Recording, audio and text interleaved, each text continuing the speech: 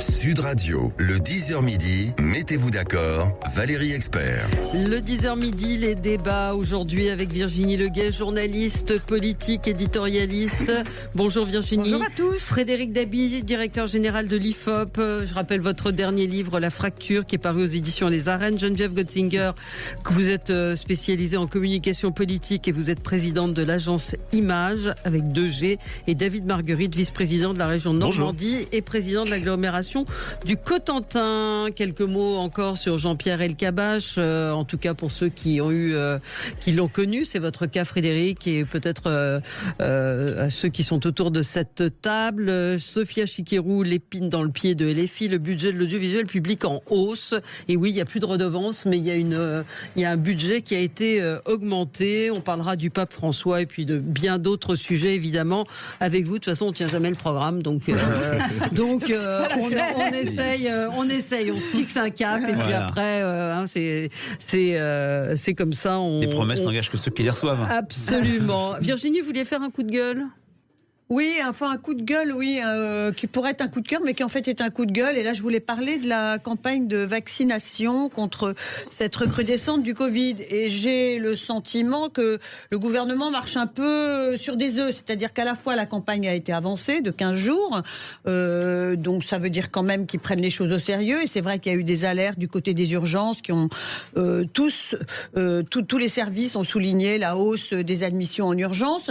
Et en même temps, si on n'y prête pas garde, il n'y a pas vraiment d'alarme, il n'y a pas vraiment d'inquiétude. On dit que c'est réservé aux plus de 65 ans, à ceux qui ont des comorbidités, des fragilités. Bon, très bien, un refrain qu'on a tous beaucoup entendu, mais on oublie de dire aussi que ceux qui sont vaccinés protègent ceux qui ne sont pas vaccinés et que finalement, ça pourrait être étendu à tout le monde. Donc, ce qui m'agace un peu, c'est pas tant cette campagne de vaccination, qui est probablement utile, c'est que, comme toujours, le gouvernement est un peu hésitant pour dire il faut se faire vacciner, c'est très important de se faire vacciner, et ça concerne tout le monde et pas que les fragiles et les vieux.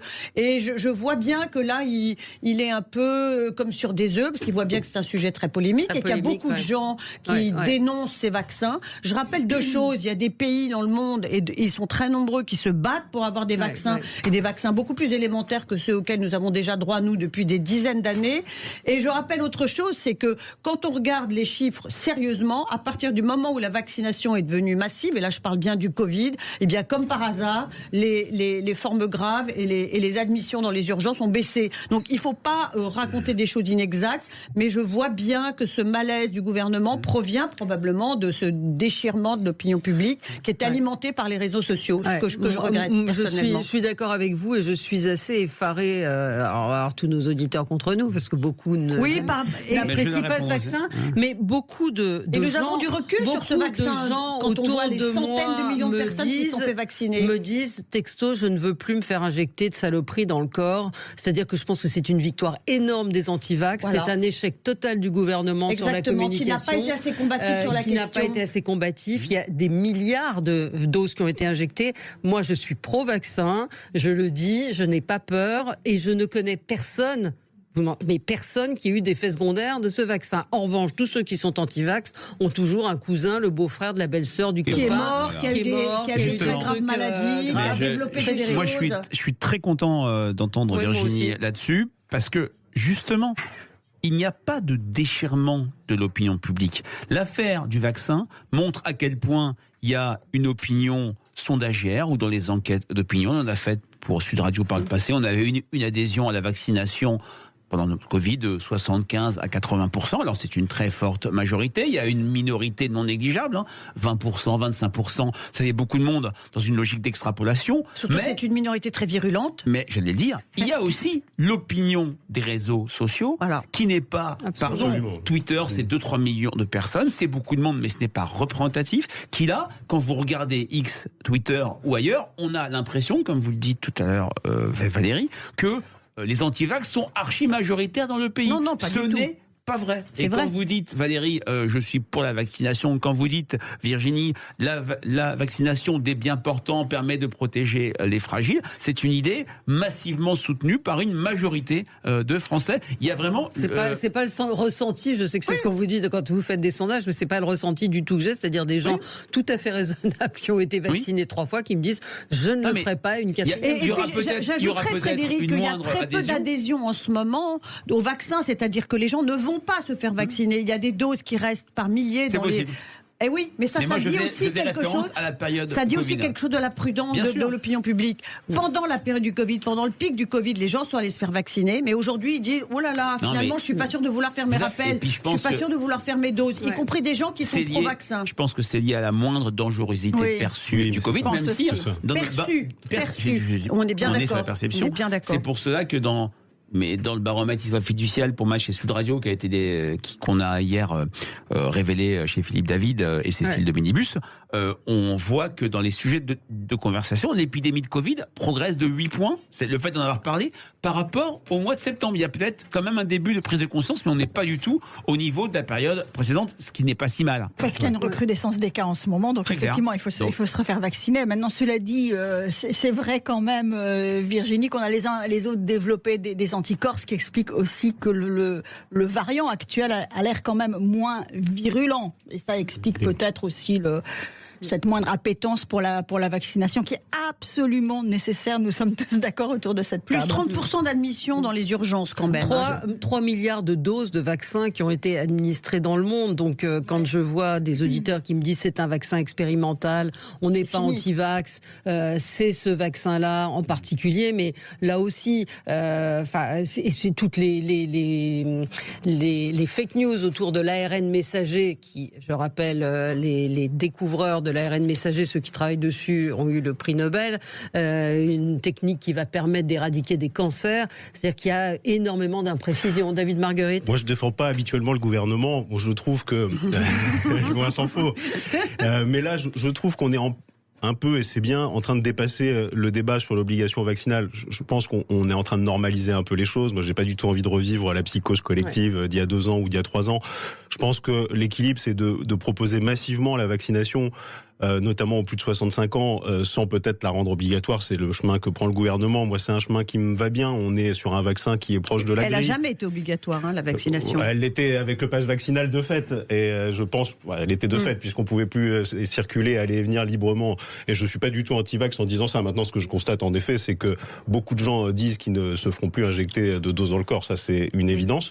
Je pense que on est en train de normaliser les choses, que on aura tous les ans un vaccin un peu proche de celui de la grippe qu'il faut évidemment encourager à la vaccination, mais ne plus retomber dans l'hystérisation du débat public sur la question, je pense. Oui, mais c'est effectivement... Alors un auditeur me dit, contrairement à ce que vous disiez Virginie, le virus est assez virulent, et oui, moi j'ai une amie qui l'a attrapé. J'ai jamais dit qu'il n'était pas virulent. Non, vous dit que le variant est moins... Mais non, moi j'ai une amie qui est restée 10 jours sur le carreau, vraiment très mal, donc après chacun effectivement fait comme il veut. Ce n'est pas de la propagande pro-vax, on fait juste une analyse. Non, on n'a pas d'intérêt dans les compagnies de vaccins. On n'a pas d'intérêt. Et après, il y a ceux qui disent moi, j'ai pas été vacciné, j'ai pas attrapé le virus. Tant mieux, vous avez de la chance. Et comme disait un cancérologue, quand on lui disait bah oui, mais moi, ma grand-mère, elle a fumé jusqu'à 98 ans. Il dit vous pouvez aussi traverser un champ de mine sans jamais exploser sur une mine, mais vous avez plus de probabilité. Mais chacun fait comme il veut. Mais je trouve quand même que ce discours anti-vaccin Covid a infusé auprès de gens qui n'étaient pas avec un discours totalement irrationnel. Peut-être parce que le discours pro-vax a manqué un peu de vigueur, faute de gens pour le relayer dans l'opinion publique. Ouais. Allez, on se retrouve dans un instant avec vous pour commenter l'actualité. À tout de suite. Sud Radio, le 10h midi, mettez-vous d'accord, Valérie Expert. Et on est ensemble pour commenter l'actualité avec Virginie Leguet, journaliste politique, éditorialiste, Frédéric Dabi, directeur général de l'IFOP. Je rappelle votre dernier livre, La Fracture, paru aux éditions Les Arènes. Geneviève Gotzinger, spécialiste en communication politique, présidente de l'agence Image. Et David Marguerite, vice-président de la région Normandie et président de l'agglomération du Cotentin. On continue notre tour de table sans perdre perdre de temps. David Marguerite, c'est un coup de cœur. Oui, c'est un coup de cœur sur la fierté retrouvée du nucléaire. C'est une fierté française. Et on disait dans le Figaro ce matin qu'EDF avait réussi le tour de force de redémarrer nos réacteurs. On était à 32 réacteurs sur 56 qui étaient à l'arrêt.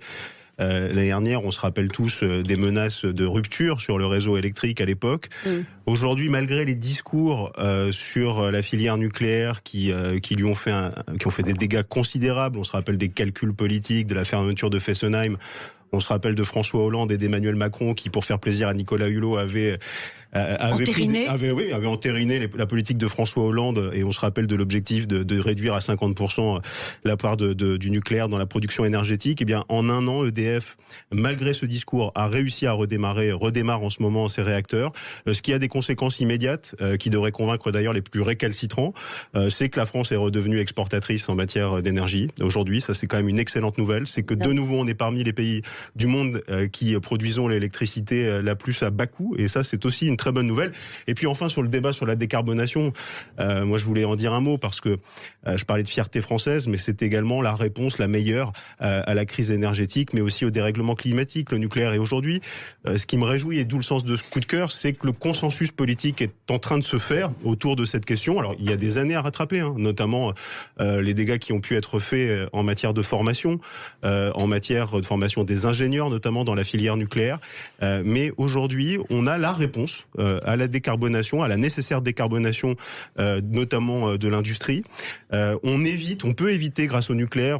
Moi, je me réjouis des 6 à 14 EPR2. Le PR de Flamanville, chez moi, va bientôt démarrer l'année prochaine, a priori. On évite de recouvrir la France d'éoliennes terrestres. On évite également de recouvrir la France de panneaux photovoltaïques. Je voudrais citer l'exemple dans ma région. Hervé Morin a eu le courage, dans son schéma d'aménagement du territoire, d'interdire l'agri photovoltaïque, qui aujourd'hui aurait un impact paysager terrible sur la Normandie, et qui aussi poserait un problème de souveraineté alimentaire pour le pays. Donc moi je me réjouis de ça. Je crois aux énergies renouvelables, en particulier marines, lorsqu'elles sont éloignées des côtes, lorsqu'elles n'ont pas un impact visuel dévastateur sur nos côtes. Mais finalement, on se rappelle aujourd'hui, et c'est le sens du message que je voulais porter de ce coup de cœur, c'est que c'est bien le nucléaire qui est la réponse à l'indépendance énergétique du pays et à la décarbonation de l'économie. Frédéric Dabi, l'opinion publique suit. L'opinion est complètement en ligne avec ce que vient de dire David Marguerite. C'est vrai que pendant longtemps, parce que le nucléaire n'était pas un objet qui faisait l'objet d'un débat serein en France, on avait une opinion publique qui était extrêmement partagée, du 50-50, plutôt défavorable après Fukushima. Là, avec cette crise de l'énergie, avec cette crispation sur le pouvoir d'achat, j'ai trouvé une enquête IFOP-JDD de septembre 2022. Déjà, les choses avaient beaucoup bougé, puisque 3/4 des Français étaient favorables à la production d'énergie nucléaire en France, y compris l'ensemble de la gauche, y compris une petite partie des sympathisants Europe Écologie Les Verts. Et quand on regardait les traits d'image qui étaient associés à cette énergie nucléaire, 81% c'est indispensable pour l'indépendance énergétique de la France. Faut pas oublier que cette période Covid a amplifié cette attente de souveraineté, le traumatisme sur le juin 40 sanitaire, les masques faits à l'étranger, l'incapacité même de produire du paracétamol. C'est fiable, cette énergie à 71%, 67% bon marché, dans notre enquête de rentrée Sud Radio, on a vu à quel point le pouvoir d'achat n'avait jamais été aussi haut dans les préoccupations des Français, et 50% respectueuse de l'environnement. C'est là encore où il y a peut-être un élément de débat. Ouais, Geneviève. Moi, je suis absolument, je suis une inconditionnelle du nucléaire depuis toujours, donc je suis complètement ravie, effectivement, à la fois de l'évolution des pouvoirs publics et de la classe politique, mais également de l'opinion publique, parce que vous avez raison, Frédéric, c'est très important. Donc, j'ai rien à ajouter, je suis complètement d'accord avec vous sur cette question. Virginie, une toute petite interrogation. Vous dites ça va freiner l'implantation des éoliennes, et là, vraiment, je m'interroge, parce que tous les programmes qui sont lancés concernant les éoliennes n'ont pas du tout l'intention de s'arrêter, et donc ce qu'on ne voit pas aujourd'hui, on est en train de le préparer pour qu'on le voit d'ici 1 an, 2 ans, 3 ans. Donc je ne suis pas sûre que ça freine l'implantation des éoliennes, et je note, et j'en termine, la multiplication des collectifs d'habitants. Et quand vous parlez des éoliennes dans la mer, je peux vous dire qu'effectivement il y en a de nombreux en préparation, mais que les éoliennes dans la mer, on les voit très bien depuis la Terre. La Baule en particulier, on a vu le ravage que ça pouvait représenter sur nos paysages. Voilà cet Alors exemple. en effet, juste pour rebondir, je pense que la prise prise de conscience de la nécessité de l'énergie nucléaire va ralentir à terme ces projets, je l'espère. Maintenant, il y en a beaucoup qui sont dans les tuyaux. Ouais. Il y en a énormément qui sont dans les tuyaux et qui ne vont pas s'arrêter. Exactement. Et on commence d'ailleurs à en mesurer aussi l'impact environnemental. Et je pense que c'est heureux parce que à un horizon moyen terme, je pense qu'on n'est pas condamné, en effet, pour se décarboner, à rouvrir les centrales à charbon comme en Allemagne. Et on n'est pas condamné, en effet, et moi j'assume de le dire, même si c'est pas toujours très populaire, à recouvrir le pays d'éoliennes terrestres et de panneaux photovoltaïques. Il aura fallu du temps et que de temps perdu et quel gâchis aussi au nom de petits accords, petits arrangements politiciens. Ouais. Je me permets du coup de vous interpeller sur un sujet très précis à propos des éoliennes. C'est l'implantation possible d'éoliennes dans votre région, en bordure de la forêt de Lyons, à Audin-Godemberg, sur un site qui est totalement préservé à proximité du château classé de Brémontier-Merval. Donc c'est un projet qui suscite un tollé parmi les riverains. Ils ont créé une association pour la protection des paysages, de la faune, de la flore du pays de Bresse-Sud. Donc c'est la région d'Hervé Morin. Est-ce que très concrètement, vous pouvez vous opposer et faire quelque chose pour les aider sur ce point? Oui, alors concrètement, Hervé Morin a un discours très clair sur la question. Il a été un des premiers présidents de région d'ailleurs à dire ça suffit, quoi. Il faut arrêter. Il a été aussi un des premiers présidents de région à dire sur l'implantation d'éoliennes offshore, puisqu'il y avait un effet de mode terrible quand même il y a quelques années, on ne peut pas accepter qu'elles soient comme à La Baule à 10 km des côtes. Moi j'invite chacun à regarder ce que ça donne. On a l'impression qu'elles sont sur la plage. Absolument. Chez nous, on essaie de trouver des chemins de consensus pour répondre à votre question. Et en particulier sur mon territoire du Cotentin, on implante des éoliennes offshore, mais à 35 km des côtes, ce qui en limite considérablement l'impact visuel. Et concrètement, comment on peut agir? On est en train de voter, je parlais d'un schéma régional d'aménagement du territoire, sur lequel on a limité drastiquement la possibilité d'implantation d'éoliennes. Là, il s'agit de la forêt de Lyons. Là, c'est autre chose. Est-ce que je ne suis pas sûr que les précautions que vous prenez, vous, dans votre département, soient prises dans les autres départements. Et quand vous parlez de 35 km, c'est très rare que les éoliennes soient implantées à 35 km. J'en conviens, c'est plutôt exemplaire d'ailleurs d'être parvenu à ce consensus. Elles sont implantées en général à une dizaine de kilomètres. À 10 km aujourd'hui. On n'est pas très écouté, je pense, en Normandie. Quoique, aujourd'hui, avec le DAB+, au contraire, partout maintenant, vous nous suivez sur Facebook. Au contraire, sur Facebook, sur nos réseaux et sur le site évidemment de Sud Radio. Ce matin, Roland Lescure, le ministre de l'Industrie, a affirmé qu'on ne manquerait pas d'électricité cet hiver, puisque le PR de Flamanville sera en marche fin 2024. Frédéric Dabi, vous vouliez faire un coup d'éclairage. Vous êtes toujours ni dans le coup de cœur. Non, mais je peux faire aussi des coups de cœur. Un coup de gueule sur l'annonce d'une menace contre une synagogue dans le 9e arrondissement de Paris. Ça fait le lien avec notre enquête sur l'antisémitisme dans le milieu universitaire. Mais là, c'était un éclairage issu du baromètre IFOP fiducial pour Match et Sud Radio qui a été publié hier. Ce qui est important, ce n'est pas qu'Emmanuel Macron gagne un point, que Madame Borne en perde 3. Enfin, on a un exécutif qui est à un niveau moyen, qui est toujours en difficulté. Contexte de pouvoir d'achat, c'est notre question que l'on pose depuis une vingtaine d'années, puisque c'est les 20 ans de ce baromètre, comme vous le savez, sur les traits d'image associés au président de la République. Et là, alors que c'était un trait d'image qui était toujours favorable à tous les présidents, quels qu'ils soient, Emmanuel Macron a perdu 6 points sur la capacité, je me tourne vers Geneviève, à défendre les intérêts de la France à l'étranger. C'est une dimension, l'international, où tous les présidents avaient été préservés. Le Jacques Chirac de 2005-2007, quand on lance le baromètre, Valérie, est extrêmement haut. Nicolas Sarkozy est toujours majoritaire. Même François Hollande, pourtant si impopulaire, monte à 60-65% de oui, il défend bien les intérêts de la France. Qu'est-ce qu'il a eu raison sur le Mali? Qu'est-ce qu'il n'avait finalement pas eu tort de vouloir intervenir en Syrie en 2013 et ça aurait peut-être évité des drames en 2015. De ce point de vue-là, François Hollande avait été tout à fait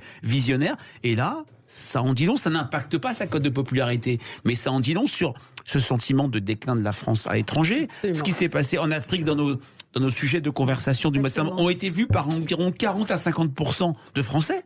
L'époque où l'international, ça n'intéressait pas les gens, c'est fini. Et c'est vrai qu'un président qui tombe à 39% seulement de oui, ça en dit donc sur et on va peut-être discuter l'affaiblissement de la France perçu, c'est de la perception à l'étranger. Le retrait des troupes françaises annoncées du Niger, le rapatriement en urgence de l'ambassadeur, tout ça effectivement donne l'image d'une France qui est un peu en perte de vitesse au Sahel. Je pense que votre baromètre a été réalisé de manière un peu concomitante à cet événement qui est qui sans doute pesait très lourdement dans ce chiffre. Enfin, l'événement en tant que tel, c'était il y a quelques semaines, mais les rebondissements, c'était effectivement la semaine dernière. Virginie, on pouvait penser qu'Emmanuel Macron, lorsqu'il est arrivé au pouvoir en 2017, souffrait d'une forme d'inexpérience et que parfois ses déclarations très hasardeuses auraient pu être corrigées avec le temps. Et on voit au bout de toutes ces années, parce que maintenant ça commence à faire longtemps qu'il est là, qu'il multiplie les déclarations hasardeuses, voire dangereuses, voire contre-productives lors de ses déplacements, que ce soit en Afrique, que ce soit au début de la guerre en Ukraine. Rappelons-nous quand il disait qu'il ne fallait pas froisser Vladimir Poutine, et ainsi de suite. On pourrait citer ces exemples, il y en a des dizaines. Et quand on voit les spécialistes de la politique étrangère, voire même ceux qui ont réfléchi sur toutes ces questions, les historiens, ils disent tous, mon Dieu, arrêtons les dégâts, arrêtons les déclarations approximatives, arrêtons de penser qu'on peut, nous, depuis la France, dire aux Africains, voilà comment il faut faire, dire aux États-Unis, voilà, écoutez, non, nous, on peut discuter avec vous. En fait, c'est pas vrai. Il y a quelque chose chez Emmanuel Macron qui est un manque total d'humilité, voire de reconnaissance de la réelle portée de la France dans le monde. On marque une pause, je vous donnerai la parole au retour dans un instant pour continuer sur ce sujet. À tout de suite. Sud Radio, le 10h midi, mettez-vous d'accord, Valérie Expert. Alors, on est ensemble pour commenter l'actualité. Vous voulez peut-être réagir sur ce que nous disions à propos de la cote de popularité du président de la République qui s'effondre en matière de politique internationale? Oui, un mot rapide. Moi, les chiffres que rapporte chiffres que rapporte Frédéric sont assez effrayants en fait, parce que les Français ressentent l'affaiblissement de la voix de la France. Et quand même François Hollande incarnait mieux la France à l'étranger que Emmanuel Macron. Enfin, je veux le dire sans esprit de polémique, mais quand même, il faut se rappeler quand même de ce qu'on pouvait en dire à l'époque. Moi, je vois évidemment dans cet affaiblissement une politique internationale, une voix de la France qui est sinueuse, mais j'y vois aussi, et vous commenciez à le suggérer, mais le comportement d'Emmanuel Macron dans les sommets internationaux aussi. La tenue, la posture aussi. L'attitude, complètement. Bien sûr. Mais vous parlez d'affaiblissement de la France, je vous disais hors antenne, moi j'ai des coups de gueule ce matin sur ce qu'est la France aujourd'hui. Alors on ne va pas parler de tous ces sujets qu'on évoque tous les jours, mais 3 informations ce matin. J'entendais Jean-Jacques Bourdin annoncer cette information à l'antenne. L'université Aix-Marseille, Aix-en-Provence-Marseille va fermer une semaine à cause des dealers qui sont devant la porte de l'université. Donc les cours vont être en distanciel, puisque donc les dealers sont présents tout au long de la journée, dérangeant les cours et les étudiants malgré les patrouilles de police toujours plus nombreuses. Donc on est dans un abandon total, dans un renoncement total. Ce matin, à la fin du Parisien Paris, je vois une directrice d'école attaquée au mortier. Enfin, alors mortier, oui, ce sont des feux d'artifice, mais quand même, quoi, c'est en bas de page. Et puis une troisième information qui me fait réagir, ce sont ces prix Nobel de physique que la France, qui ont été attribués à des Français, à des chercheurs physiciens, mais qui travaillent aux États-Unis et en Suède. Et cette information, Pierre Agostini, donc l'un de ces chercheurs, est parti travailler aux États-Unis parce que le CEA, donc le Centre d'énergie atomique, l'a obligé, l'a forcé à prendre sa retraite. Et notre camarade François Monboise dit, si c'est vrai, on touche le sublime de l'administration française, confondre le droit à la retraite et l'obligation d'arrêter de travailler. C'est un pays qui va mal. C'est un pays qui va mal. Un pays qui ne sait pas retenir ses talents. Et je crois me souvenir que le patron de Moderna est un Français qui a été contraint de quitter la France parce que justement, on ne croyait pas en ses recherches et qu'on ne l'a pas soutenu. Et il a fait mais quand on dit sait, il a fait la carrière que l'on sait. À l'extérieur.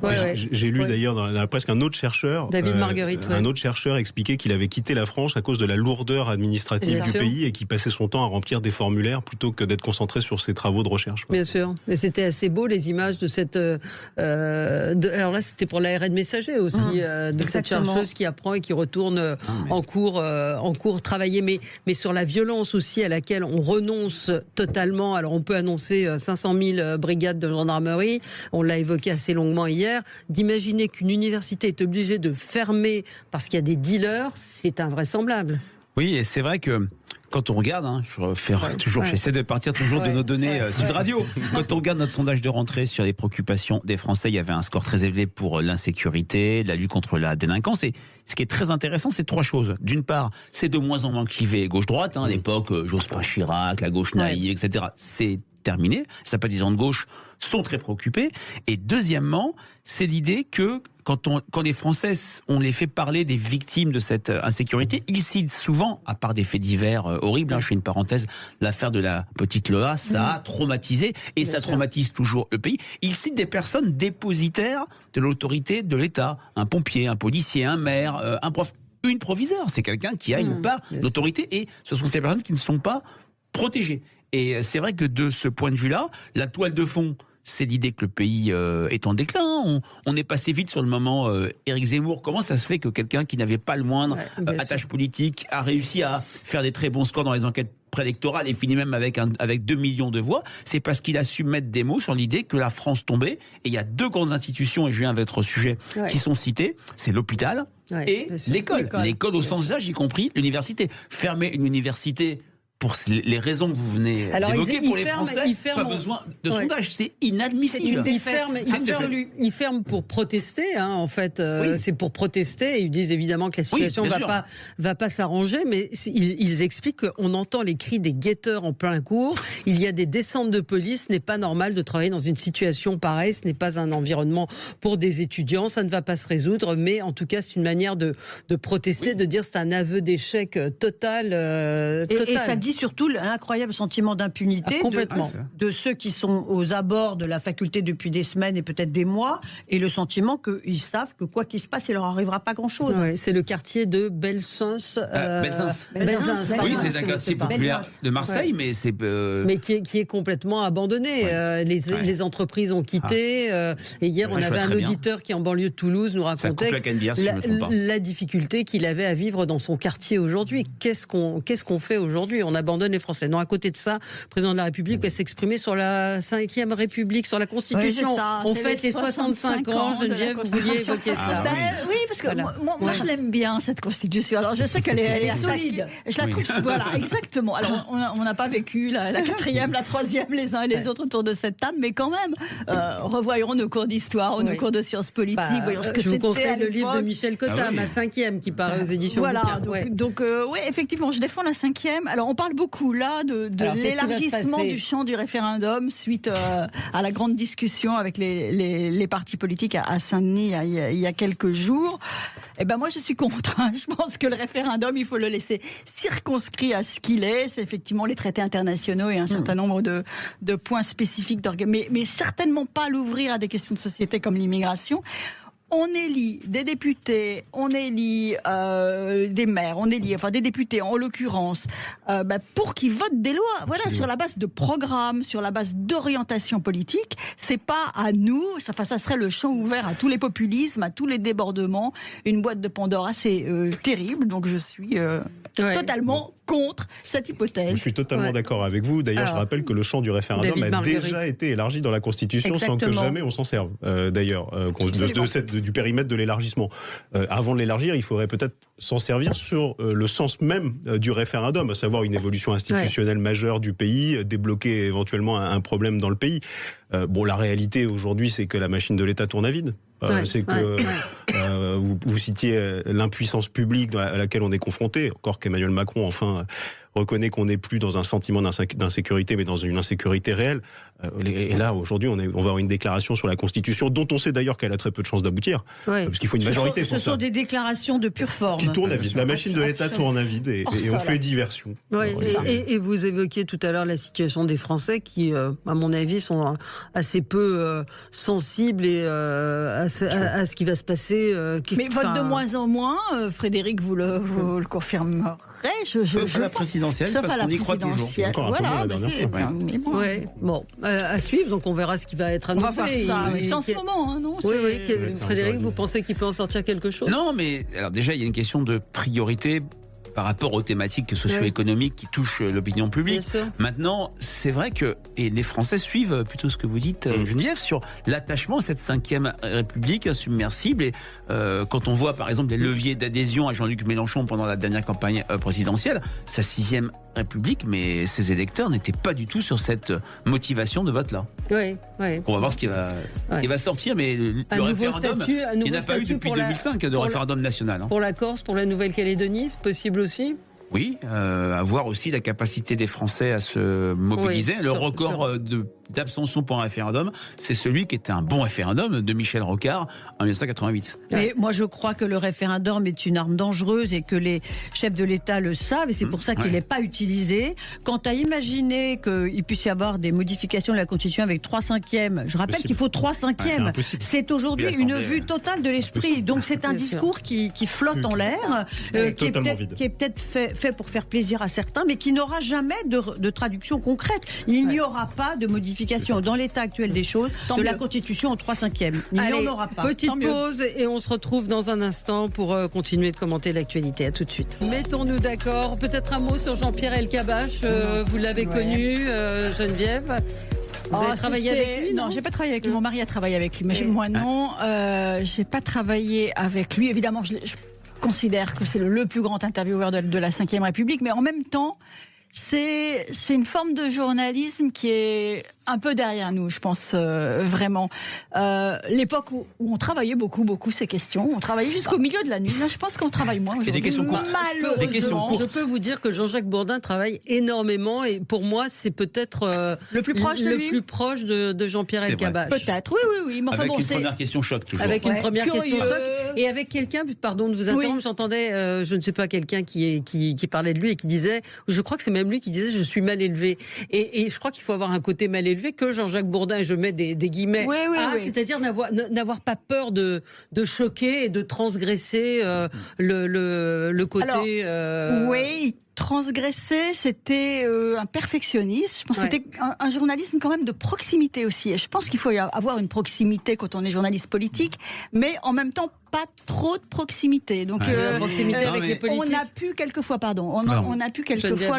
l'accuser ou sentir aussi une forme de connivence chez lui avec certains acteurs politiques envers lesquels il éprouvait une véritable...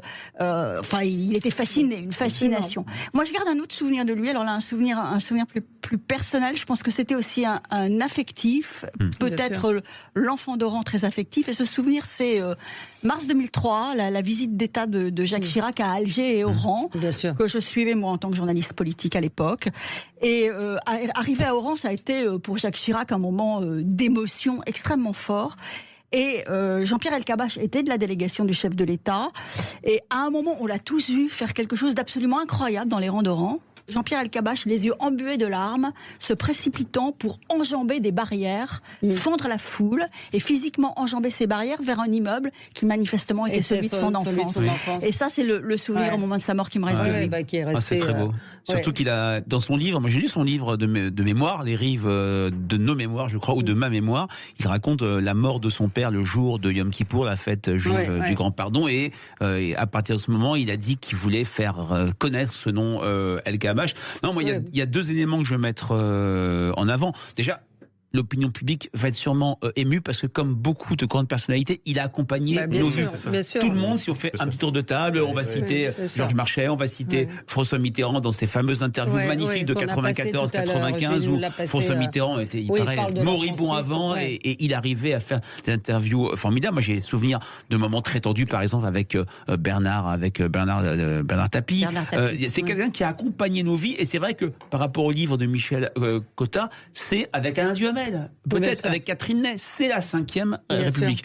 Et moi, j'ai un souvenir plus personnel, c'est sa passion de l'innovation. C'est quelqu'un qui a été carte sur table, c'est l'ancêtre de l'heure de vérité. Il est passé vite à autre chose. L'interview radio, quand il a quitté la télé en 81, découverte sur Europe 1, pardon, je cite une radio concurrente, mais c'était des émissions culturelles, les chaînes info. Et c'est vrai que l'innovation, quand l'IFOP a importé des États-Unis le rolling, l'enquête d'intention de vote quotidienne, mais il m'appelait quasiment tous les jours pour avoir des choses. L'innovation, et ça va vous parler, Geneviève, l'international, l'interview de Sadat, où il lui demande, ou Alain Duhamel, est-ce que vous pensez à votre mort tous les matins en vous levant, Gorbatchev, Mandela, et c'est vrai que de ce point de vue-là, il était absolument unique. Moi, à titre personnel, on me dit qu'il était dur, il était extrêmement bienveillant, et il me mettait dans la case suivante, puisque tu es sondeur et que tu poses aux questions des Français, il me demandait souvent, je reçois X demain, qu'est-ce que tu lui poserais comme question? Et je ne suis pas journaliste politique. J'étais toujours absolument nul pour lui trouver des idées. C'est exactement exactement ce que racontait Patrick Roger tout à l'heure. Dans la rédaction, il disait qu'est-ce que tu poserais toi demain comme question très souvent, à un tel. Quoi de neuf parce que quoi de neuf, c'était l'innovation. Et vous vous souvenez de ce fameux slogan Osons, quand il était patron de France Télévisions.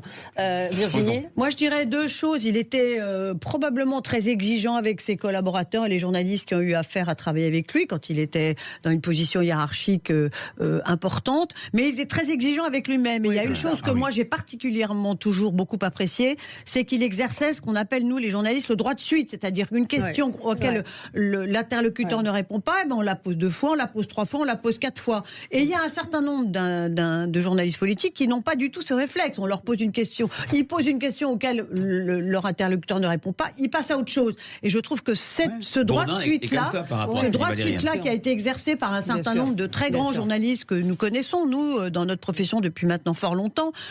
Et autre qualité que je reconnaîtrais vraiment volontiers à Jean-Pierre Elkabbach, c'est qu'il a aimé le terrain, même à un âge très avancé. Il aimait aller sur le terrain, il aimait voir ce qui se passe, il aimait comprendre ce qui se passe, et il n'était pas quelqu'un qui restait dans son bureau derrière son micro. Et ça, c'est 2 qualités fondamentales. Il était très très curieux. Très curieux et passionné. Passionné par son métier. À l'info et Michel Cotin nous disait qu'elle l'avait eu 8 jours avant et qu'il était toujours en train de poser des questions, de lire des journaux et de lire des livres. David, vous avez...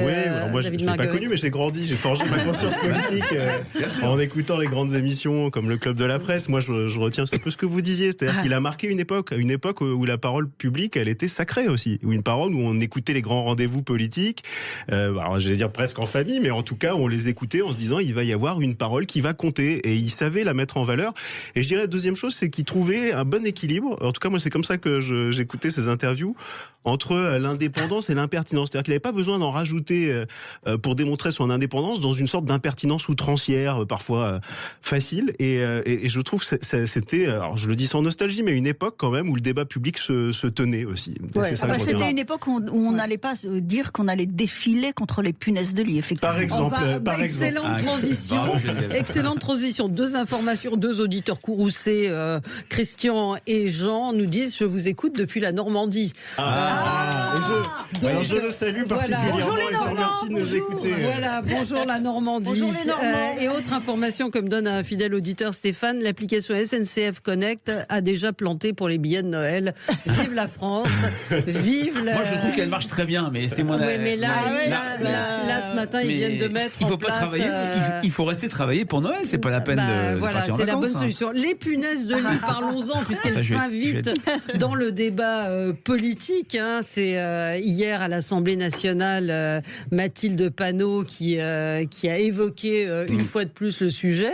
On en est là aussi du débat politique. C'est ce que vous dites. Non, mais c'est dramatique.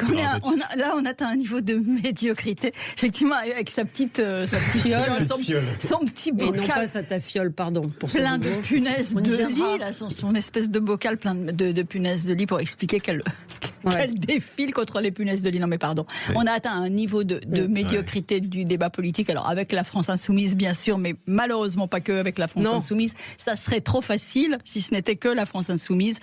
Donc réunion d'urgence, enfin tout le monde est un peu responsable, la classe politique évidemment, mais il y a aussi un emballement médiatique derrière des émissions spéciales, des chaînes d'infos à n'en plus finir sur les punaises de lit, enfin bon, donc je pense qu'il y a une responsabilité partagé là-dessus.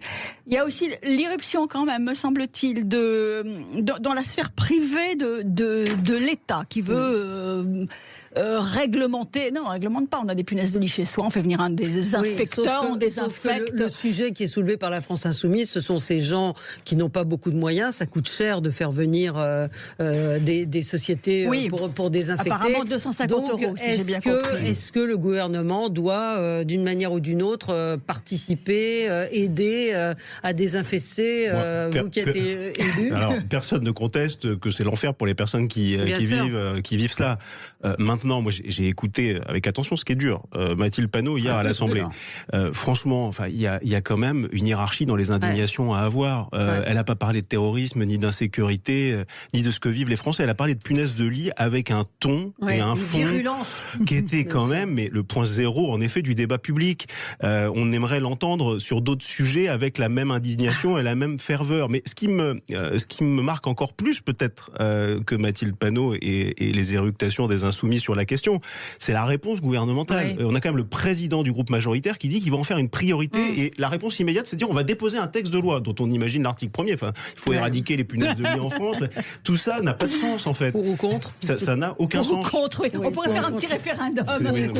Vous auriez quelle question, Frédéric? Pour ou contre? Il y aura pas de faut-il Non, mais c'est vraiment. Voilà, moi, je vais donner mon avis plus personnel. Est-ce que c'est un sujet, votre avis? Non, mais je pense que d'ailleurs dans les conversations des Français, ça se classe à un niveau élevé, mais c'est derrière le pouvoir d'achat, c'est derrière le carburant, c'est derrière toute une série d'événements que nous avons testés. Mais ça en dit long sur une forme d'emballement politico-médiatique où chacun se renvoie la balle. Ce phénomène existe depuis longtemps. Est-ce qu'on est sur une logique d'infestation si forte que ça devient invivable pour l'ensemble des Français?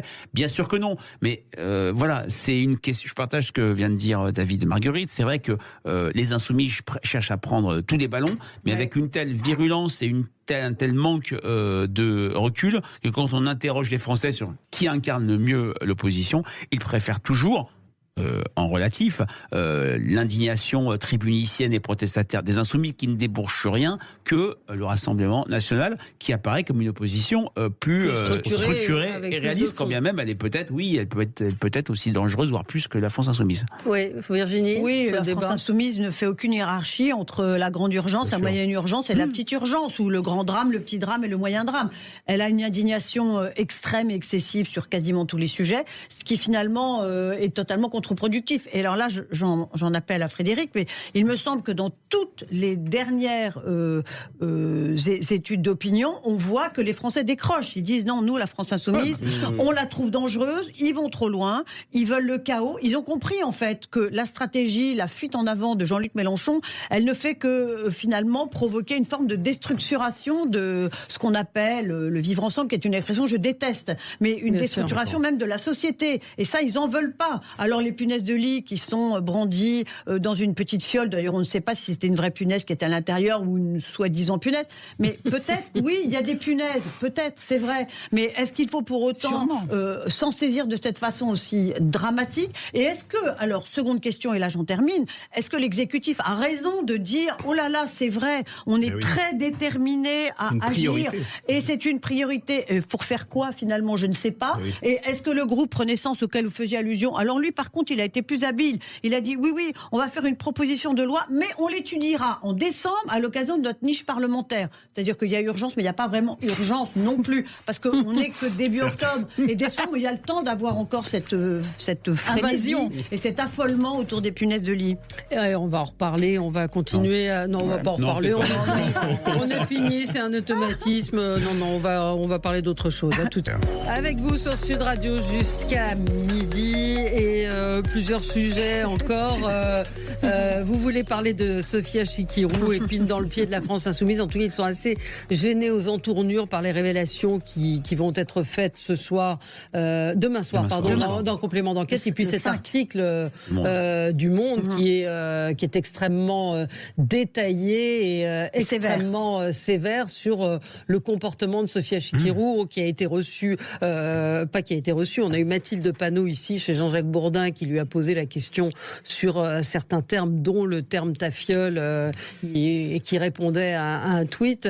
Donc là, on voit que ça s'agite un petit peu dans tous les sens et que la défense est très compliquée. J'entendais hier, justement, je crois que c'est Mathilde Panot qui disait c'est du sexisme, qui est un peu court. La réponse suprême. Qu'est-ce qui peut se passer? Qu'est-ce qui va se passer? Une crise interne. Il y a déjà eu une crise interne au moment de l'affaire Quatennens.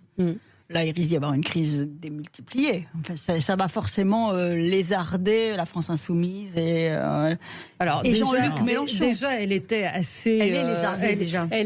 Oui, elle était déjà lézardée. Et Sophia Chikirou, visiblement, était un point d'achoppement pour un certain nombre d'insoumis, que ce soit Clémentine Autain ou Raquel Garrido.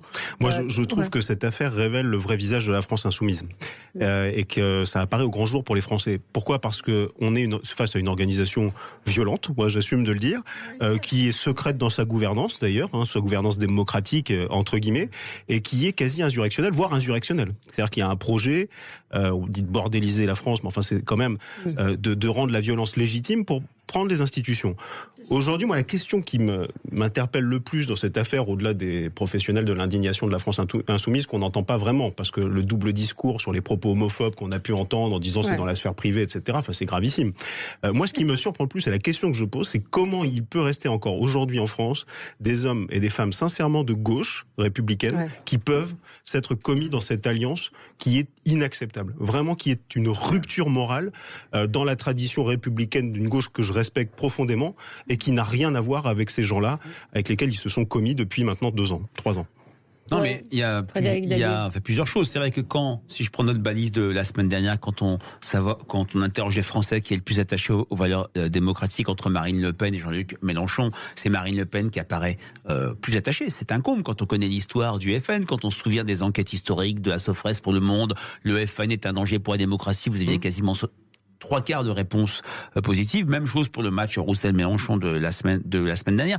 Alors, c'est vrai que Sonia Chikirou, personne ne la connaît. Mais ça installe une petite musique d'autoritarisme, de violence. Il y a eu des proches de Jean-Luc Mélenchon qui ont été écartés, Alexis Corbière, Raquel Garrido, Clémentine Autain, Éric Coquerel, pourtant des historiques. On a un Jean-Luc Mélenchon qui s'entoure de jeunes députés qui lui doivent tout. Et c'est vrai que quand on regarde la pratique des députés insoumis, il y a toujours un décalage entre le déclaratif et la pratique réelle. C'est-à-dire,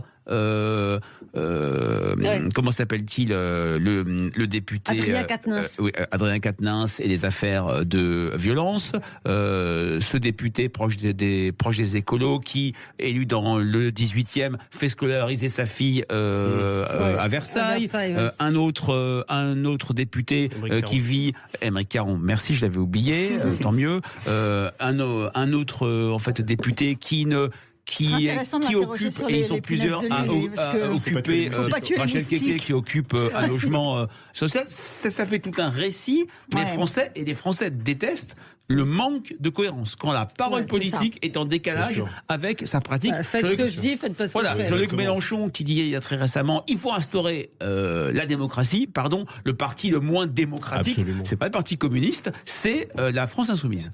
Oui. Je rappellerai une seule chose, c'est que Sophia Chikirou, qui est, comme le disait Frédéric, n'est pas connue du grand public, mais c'est volontairement. Elle est une femme de l'ombre, elle se revendique comme une femme de l'ombre, ce qui ne l'empêche pas d'avoir une influence incroyable au sein de la France insoumise. Elle a, comme l'a rappelé Frédéric, écarté un certain nombre de grandes gueules qui protestaient contre ce qui se passe au sein de la France insoumise, de tout l'organigramme. Et elle est très puissante dans ce parti parce qu'elle a la protection absolue de Jean-Luc Mélenchon, dont elle est très proche depuis des années. Mais je rappelle une chose précise, c'est qu'elle est accusée d'escroquerie aggravée, outre son caractère qui peut être terrible, ou de sa volonté de faire le nettoyage interne de la France insoumise qui ne cesse de se répéter depuis des années. Et ce soupçon d'escroquerie aggravée pourrait peut-être se transformer en quelque chose de plus sérieux parce qu'elle va être entendue bientôt. Et de quoi s'agit-il, cette escroquerie aggravée? Ça s'est passé pendant la campagne de 2017 sous l'égide de sa société Mediascope. Surfacturation. Surfacturation, c'est ça. Et elle aurait même encaissé les bénéfices et les primes de cette période-là. C'est-à-dire avec exactement, les dividendes et les primes. Exactement. Parce que c'est pas que ce tweet jugé homophobe, mais il y a des choses beaucoup plus concrètes. Le tweet homophobe, c'est sérieux aussi. C'est sérieux aussi, mais il y a de l'argent, visiblement. Il y a la forme, il y a le fond. Mais elle est présumée innocente pour l'instant. Il n'y a pas eu de... Mais visiblement, il y a des soupçons assez forts. Je ne sais pas, Geneviève? Sophia Chikirou et sur effectivement, c'est plutôt au-delà de tout ce qui lui est reproché, c'est quand même c'est l'emprise. Je dirais c'est aussi l'emprise qu'elle a sur Jean-Luc Mélenchon quand même. Parce qu'effectivement, elle fait la pluie et le beau temps dans le parti. Elle excommunie les uns ou les autres. Mais moi, je suis d'accord avec vous, Virginie. Ce qui est important, au-delà de tout, c'est poursuites judiciaires. Le cas échéant, on va voir si elle est poursuivie ou pas, après avoir été entendue. Ça, c'est réellement grave, parce que ça peut conduire à de la prison. Mais il y a une forme de mobilisation. Mais bon, attendons de voir. On va attendre de voir. La duplicité du discours politique de la France insoumise est révélée au grand jour. C'est quand même ça l'enseignement. Enfin, quand même, la phrase qui n'est rapportée est a priori avérée, pour le coup, sur attendre au bord de la rivière leurs cadavres qui vont passer, les propos homophobes, ils sont la réalité aussi d'une organisation qui donne des leçons à la terre entière à longueur de journée, et qui, quand on lui demande de condamner, ce qui est quand même sa spécialité, je parlais de professionnel de l'indignation, aujourd'hui dit c'est de la sphère privée, est-ce qu'on va rapporter les propos de la sphère privée? C'est gravissime en réalité. Et on pourrait rajouter un mot sur l'affaire Quatennens.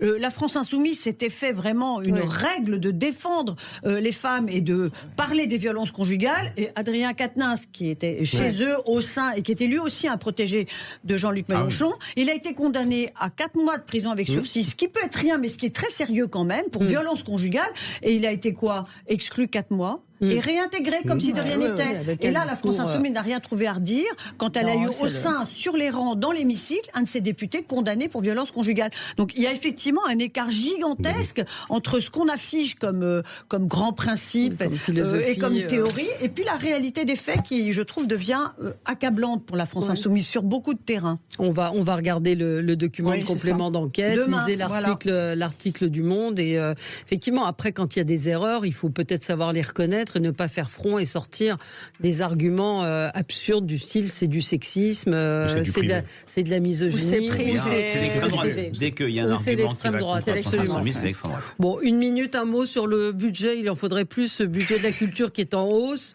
et le budget de l'audiovisuel public. C'est-à-dire que l'audiovisuel public qui n'a plus de redevance voit tout de même son financement, les fonds qui lui sont affectés, augmenter de 5%, 746 millions d'euros.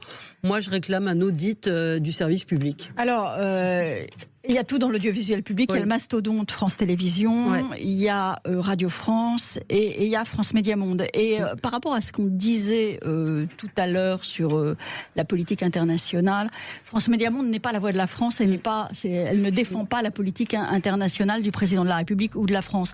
Mais en revanche, c'est un ensemble de médias qui défendent, qui véhiculent les valeurs françaises, les valeurs de laïcité, les valeurs d'égalité femmes-hommes. On ne remet pas en cause l'utilité du service public. Moi, ce que je remets en cause, c'est l'utilisation de l'argent public. Je prends juste un exemple qui est anecdotique, le Festival de Cannes. Est-ce qu'on avait besoin de déplacer tant d'émissions à Cannes Là, vous parlez de France Télévisions. Oui, je parle de France Télévisions, je parle de Radio France qui fait des CDD sur 30 ans, des choses, des dysfonctionnements. Oui, j'ai un ami qui a été licencié, qui a touché près de 700 000 euros après 30 ans de CDD. Vous imaginez combien ça coûte au service public? Est-ce qu'il y a une seule entreprise en France privée qui accepterait ça? Non, c'est notre argent. Non, ce qu'il faut, c'est revoir au sein du service public la manière dont l'argent public est dispatché. À mon avis, en donner davantage à France Média Monde, qui a une véritable mission de service public, et peut-être moins à France Télévisions et à Radio France. Vous êtes d'accord avec moi? Il faut un audit pour savoir comment est utilisé cet argent. Moi, je suis d'accord avec vous, Valérie. Je pense d'ailleurs qu'il n'y a pas de question interdite sur le service public. D'ailleurs, si on mesurait la qualité du service public, y compris audiovisuel, à l'augmentation de ses budgets, ça se saurait. On aurait des services de public de plus grande qualité en France compte tenu de ce qu'ils peuvent coûter. C'est l'argent de nos impôts, il faut le rappeler. Moi, je crois que je suis attaché à un service public audiovisuel de qualité, mais qu'il faut se poser des questions. Moi, je crois beaucoup au modèle France 3, France Bleu, la nécessité d'avoir de l'information de proximité, parce que s'ils le font pas, finalement, il n'y en a pas beaucoup qui vont prendre ce créneau. Mais je pense qu'il faut se poser la question aussi, peut-être la privatisation d'une chaîne, y compris France 2, et peut-être de la question de la publicité qui devrait de nouveau être interdite. Ce sera un autre débat. Merci. Et dans un instant, André Berkoff.